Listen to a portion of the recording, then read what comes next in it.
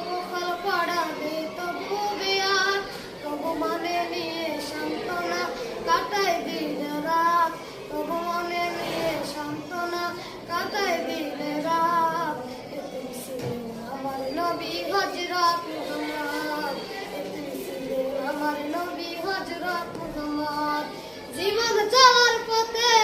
নেই যে আপন পথ জীবন চলার পথে নেই যে আপন পথ এই জীবনে রইল না মোর আপন কোন গান